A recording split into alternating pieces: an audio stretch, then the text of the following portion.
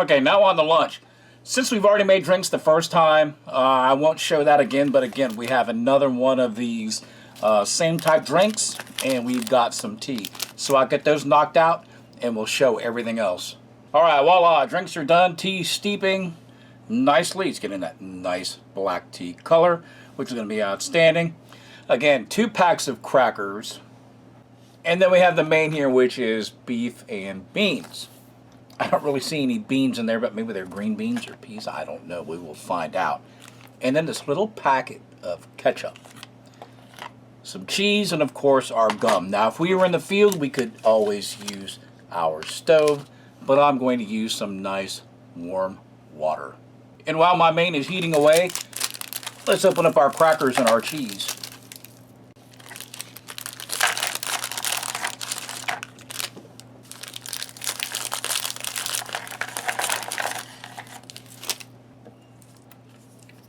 One trying to get away. And then the cheese.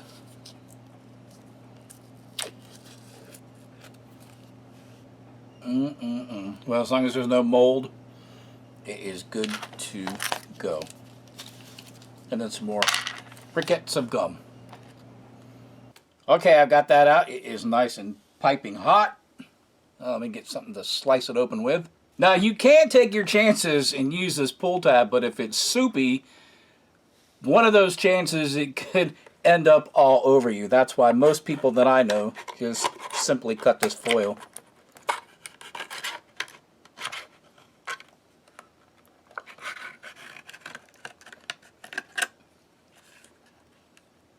Open.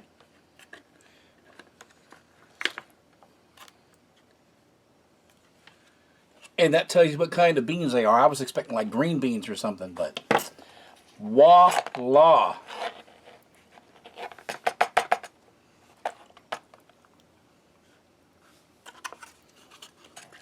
Sure we get all of that.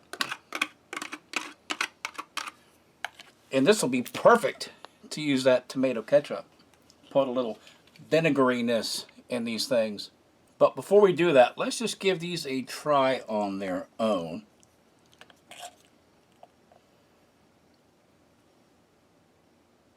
Looks pretty good.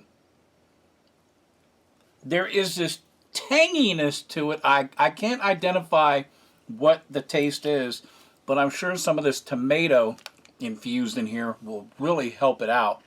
And we'll see what this consistency is. That's dark tomato. That could really work out. Maybe it's concentrated.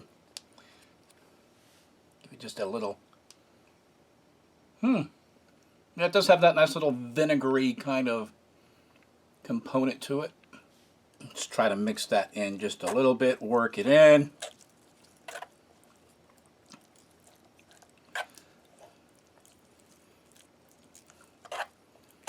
And we'll see if that changes the flavor profile any. It does, it works. It brings out that little bit of tomato yummy goodness. I'll just try some with a cracker. Got a little bit of that beef on there too. I almost think I would have preferred it with them wheat crackers, because those kind of just crumble all apart. These are just bland. It works. Now, seeing how this is kind of like a civilian ration or an emergency ration, to me, I think I might have some like spices standing by. So I'm going to put just a little bit of garlic powder on here. Just a dab. And if I was inclined to, I might have a little onion powder as well. Oh, look at that. That looks scrumptious. And just because these are beans, just a touch of smokiness. A little bit of smoked paprika. And I know that this is kind of popular in this part of the country. Oh man, and you can just smell those herbs and seasonings.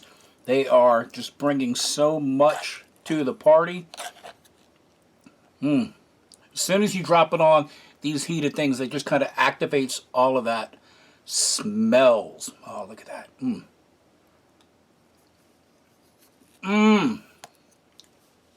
Now you get that extra hit in that onion, a little bit of that garlic zing flavor.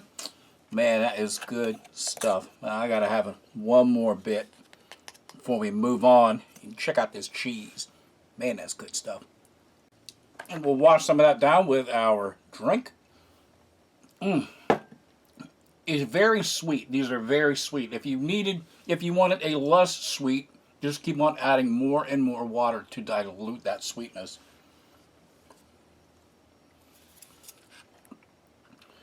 And then some of this cheese.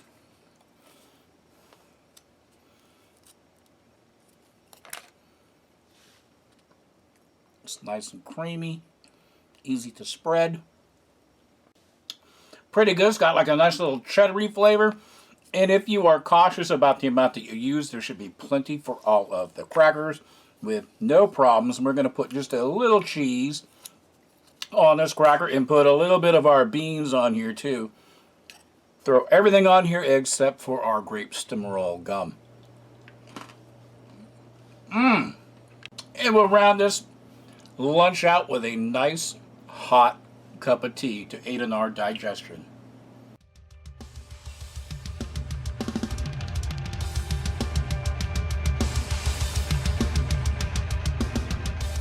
Okay, we're back for the final blast. We're back for dinner. I've already got my coffee nice and steaming. Man, if you guys knew how long this review has actually taken, you would pale.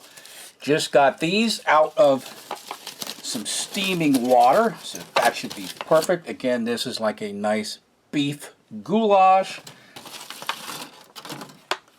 And I know I didn't do this for breakfast, but this is a rice kasha or a rice porridge.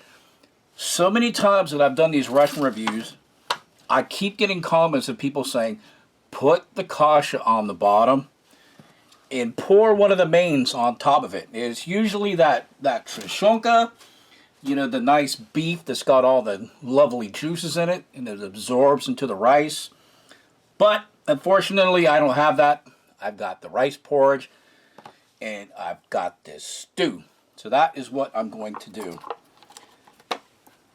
It is hot, it is hot, it is hot. This one is usually pretty solid, so I'm not overly concerned about using that little pull tab. That rice get out, and you can see it is one nice, large, gelatinous slab, and you can see all of that grease, which is the natural preservative packing agent, which is why these Russian rations don't quite last as long as some Western rations. I'm just trying to chop it up to make it look palatable. Almost looks like a slab of tuna, huh? And among other things, this is the first time that I steamed the cans as opposed to placing them in hot water. Something new to try. Stick that right there. Oop. And like you see all that liquid bubbling out, and it bubbled into all the other stuff. And that is why for some of these, you do not use the pull tabs. Come on, just pull back. Just pull back. Oh, I can see this is going to be on a blooper reel somewhere. Come on, open up. And all of that savory juice is going to get poured right over. I guess this is that kind of ration. You get all that beef on there.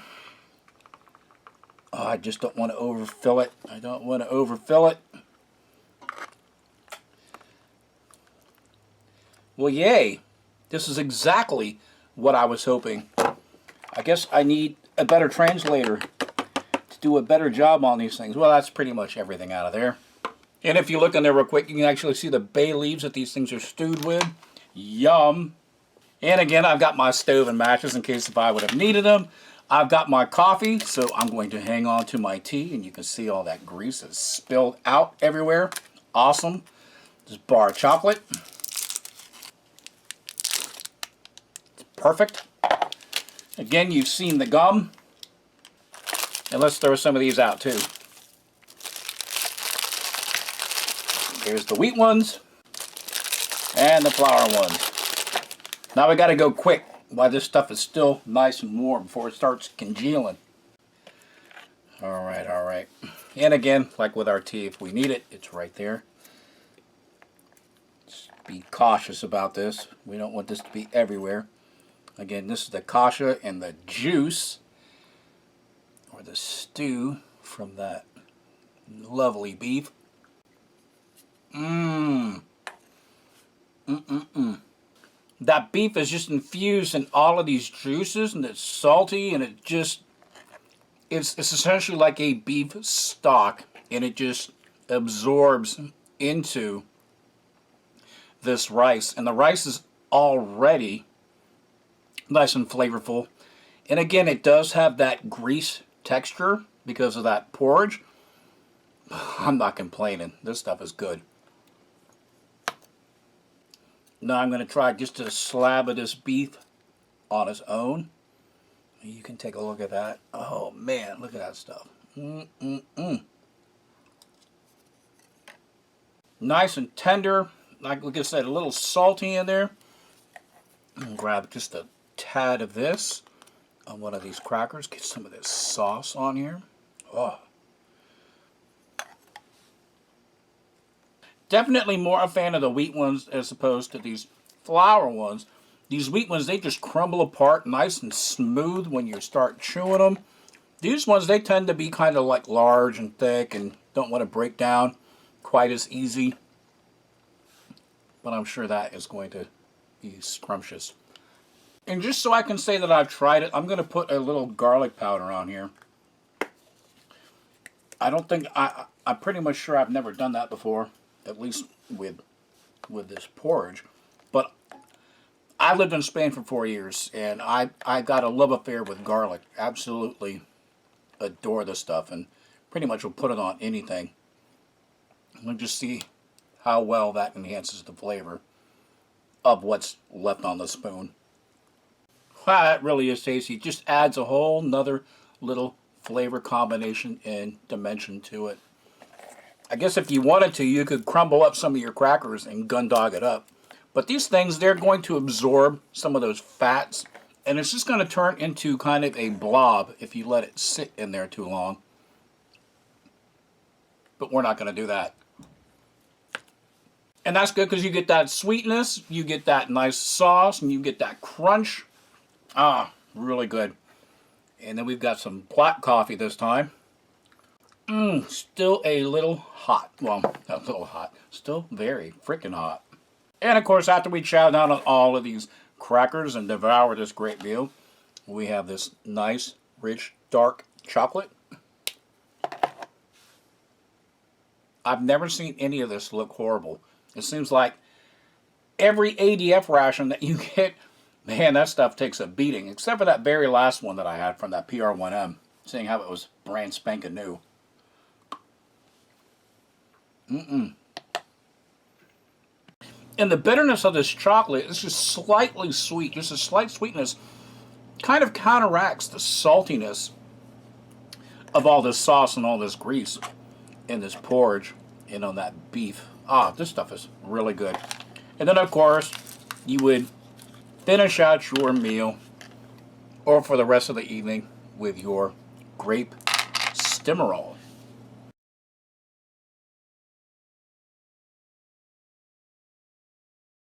Well, everybody, this was a review of a Russian Emercom ration sent to me by none other than Art and Nina at Foreign MRE. Glad to be back. Hope you enjoyed it. Thanks for watching, and I'll see you all on my next review.